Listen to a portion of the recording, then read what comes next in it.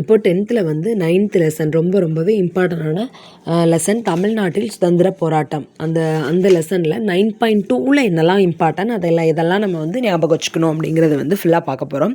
சுதேசி இயக்கம் அப்படிங்கிற டாபிக் கொடுத்துருக்காங்க. வங்க பிரிவினை 1905 சுதேசி இயக்கத்திற்கு இட்டு சென்று விடுதலை போராட்டத்தின் போக்கை மாற்றியமைத்தது. ஸோ வங்க பிரிவினைன்னு சொல்லுவோம் இல்லையா, அது வந்து 1905 வந்து நடந்திருக்கு. அதுதான் சுதேசி இயக்கத்திற்கு வந்து நம்மளை வந்து அழைச்சிட்டு போயிருக்கு அப்படின்னு சொல்கிறாங்க.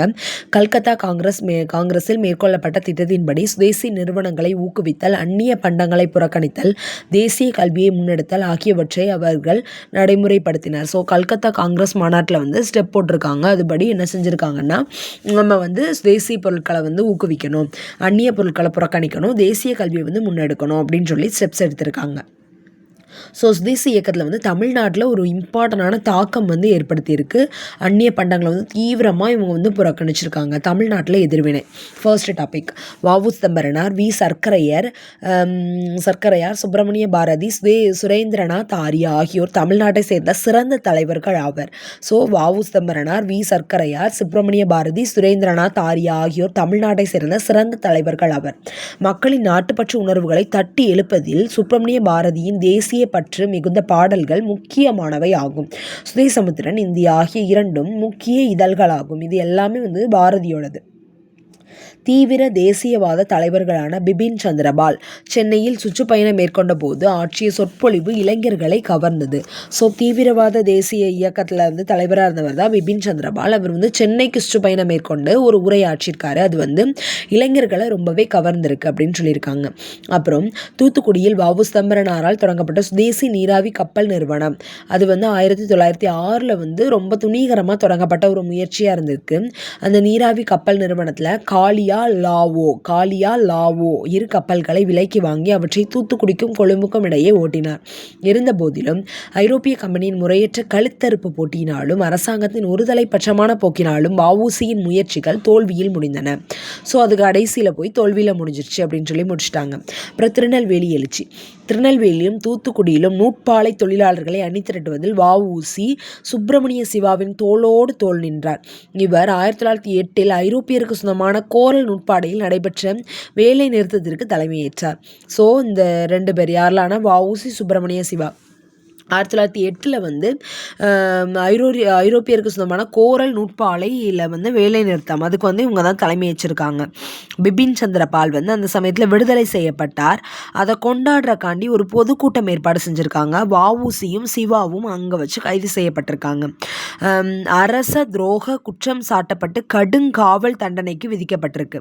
தொடக்கத்தில் வ.உ.சிக்கு கொடுமையான வகையில் இரட்டை ஆயுள் தண்டனை வந்து வழங்கப்பட்டிருக்கு.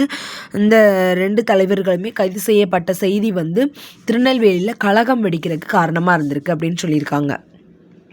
அந்த கழகம் என்ன பண்ணியிருக்குன்னா, காவல் நிலையம், நீதிமன்றம், நகராட்சி அலுவலக கட்டடங்கள் எல்லாமே தீக்கு இரையாக்கப்பட்டிருக்கு. காவலர்கள் நடத்திய துப்பாக்கி சூட்டில் 4 நபர்கள் கொல்லப்பட்டிருக்காங்க. சிறையில் வ.உ.சி. கடுமையாக நடத்தப்பட்டதோடு செக்கிலுக்க வைக்கப்பட்டுள்ளார். கைது செய்யப்பட வேண்டியவர்கள் ஜி. சுப்பிரமணியனார், சுரேந்திரநாத் ஆரியா ஆகியோர் வந்து இடம்பெற்றிருக்காங்க. சிறை தண்டனையை தவிர்ப்பதற்காக சுப்பிரமணிய பாரதி பிரெஞ்சுக்காரர்களின் ஆதிக்கத்தில் இருந்த பாண்டிச்சேரிக்கு இடம்பெயர்ந்தார். பாரதியின் முன்னுதாரணத்தை அரவிந்த கோஷ், வி. சுப்பிரமணியனார் என்ற தேசியவாதிகளும் பின்பற்றினர். சுதேசி இயக்க தலைவர்கள் மீது மேற்கொள்ளப்பட்ட கொடூரமான அடக்குமுறை தமிழ்நாட்டில் சுதேசி இயக்கத்தை ஒரு முடிவுக்கு கொண்டு வந்தது அப்படின்னு சொல்லி அந்த டாப்பிக்கை முடிச்சிட்டாங்க. ஸோ தமிழ்நாட்டில் புரட்சிகர தேசியவாதிகளின் செயல்பாடுகள் அப்படின்னு சொல்லி அடுத்த டாபிக். அதில் என்ன சொல்லியிருக்காங்கன்னா, இளைஞர்கள் ரொம்பவே எழுச்சியாக இருந்திருக்காங்க. புரட்சிகர தேசியவாதிகளுக்கு பாண்டிச்சேரி வந்து பாதுகாப்பான இடமாக இருந்திருக்கு. அங்கே வந்து லண்டனிலிருந்து இந்தியா ஹவுஸ் என்ற இடத்திலும் பாரிஸிலும் வழங்கப்பட்டிருக்கு. என்னது வழங்கப்பட்டிருக்கு? அவங்களுக்கு வந்து புரட்சிகர தேசியவாதிகளுக்கு புரட்சிகர நடவடிக்கைகள் குறித்த அறிமுகம் வந்து வழங்கப்பட்டிருக்கு, பயிற்சி வழங்கப்பட்டிருக்கு. இதில் யாரெல்லாம் முக்கியமானவங்கன்னு பார்த்தோன்னா 2 இடத்துல வழங்கப்பட்டிருக்கு. லண்டனில் இருந்து இந்தியா ஹவுஸ், அப்புறம் பாரிஸில் 2 இடத்துல வழங்கப்பட்டிருக்கு.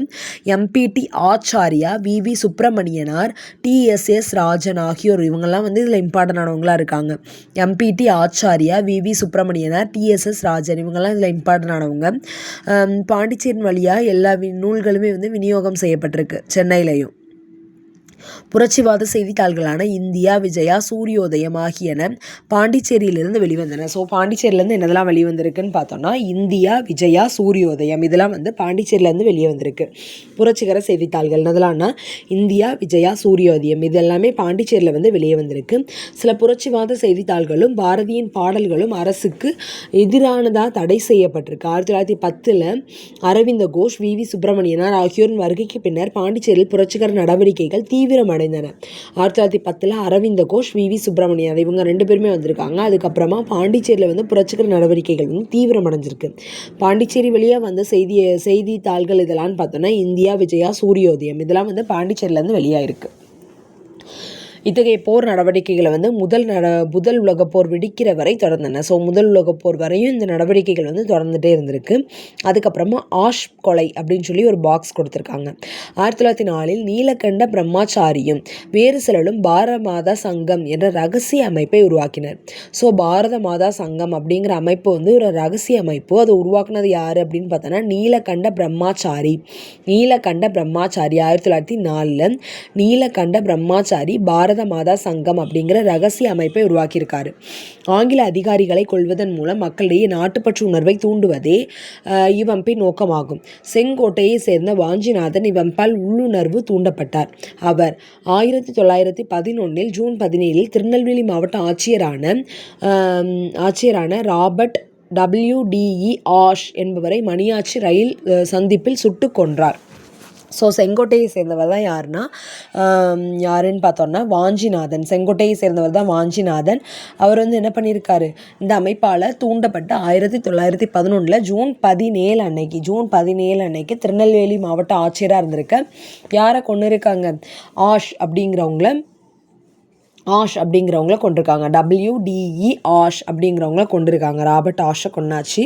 மணியாச்சி ரயில் சந்திப்பில் சுட்டு கொண்டிருக்காங்க. அதுக்கப்புறமா தன்னைத்தானே சுட்டுக்கொண்டு இறந்துட்டார். இந்த இளம் புரட்சியாளர்கள் தேசபக்தி உடையவர்களாக இருந்த போதிலும் மக்களை ஊக்கப்படுத்தவும் அணி திரட்டவும் தவறிவிட்டனர்.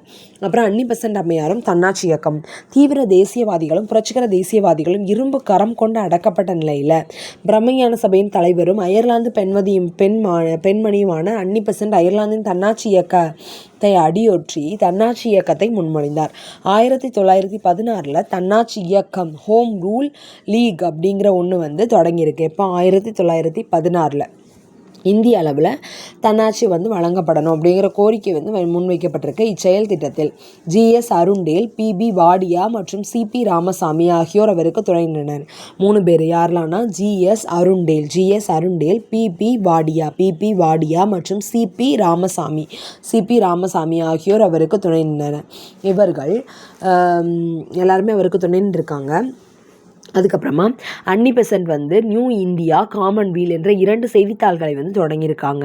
அதிநவீன வசதிகளுடன் கூடிய ரயிலில் அடிமைகளாக இருப்பதை விட சுதந்திரத்துடன் கூடிய மாட்டு வண்டியே சிறந்தது அப்படின்னு சொல்லி யார் சொல்லியிருக்கா, அன்னிபெசன்ட் தான் சொல்லியிருக்காங்க. 1910 பத்திரிகை சட்டத்தின்படி அன்னிபெசன்ட் பிணை தொகையாக பெருமளவு பணத்தை செலுத்தும்படி அறிவுறுத்தப்பட்டார். 1910 வந்து பத்திரிகை சட்டத்தின்படி அன்னிபெசன்ட் வந்து பிணை தொகையாக பெருமளவு பணத்தை வந்து செலுத்தணும் அப்படின்னு சொல்லி அறிவுறுத்தப்பட்டிருக்காங்க. 1910 அன்னிபெசன்ட் விடுதலை பெற இந்தியா எப்படி துயருற்றது, இந்தியா ஒரு தேசம், how India wrought for freedom, India a nation என்னும் 2 புத்தகங்களையும் சுயாட்சி குறித்த துண்டு பிரசுரங்களையும் வெளியினார். சாரணர் இயக்க குழுக்களாகவும் ஸ்கவுட்ஸ் தொண்டர் குழுக்களாகவும் மாற்றப்பட்டனர். மாணவர் குழு எல்லாமே. அன்னிபெசன்ட்டும் அவருடன் பணியாற்றியரும் பொது மேடைகளில் பேசுவதும் எந்த ஒரு அரசியல் நடவடிக்கைகளில் ஈடுபடுவதும் தடை செய்யப்பட்டிருந்தது. 1917 நடைபெற்ற காங்கிரஸ் மாநாட்டுக்கு அன்னிபெசன்ட் தலைவராக தேர்வு செய்யப்பட்டார். தன்னாட்சி இயக்கத்தில் உறுப்பினர்களாக இருந்த PB வாடியா போன்றோர் தொழிற்சங்கங்களை உருவாக்கி தொழிலாளர் வர்க்கத்தை அணிதிரட்டுவதில் முக்கிய பங்காற்றினர். ஸோ தன்னாட்சி இயக்கத்தில் உறுப்பினர்களாக இருந்தவங்க தான் PB வாடியா. அவங்க வந்து தொழிலாளர் வர்க்கத்தை அணிதிரட்டுறதுல வந்து முக்கிய பங்காற்றிருக்காங்க அப்படின்னு சொல்லி இந்த டாப்பிக்கை வந்து முடிச்சிட்டாங்க. 9.2 அவ்வளோதான் ஃப்ரெண்ட்ஸ்.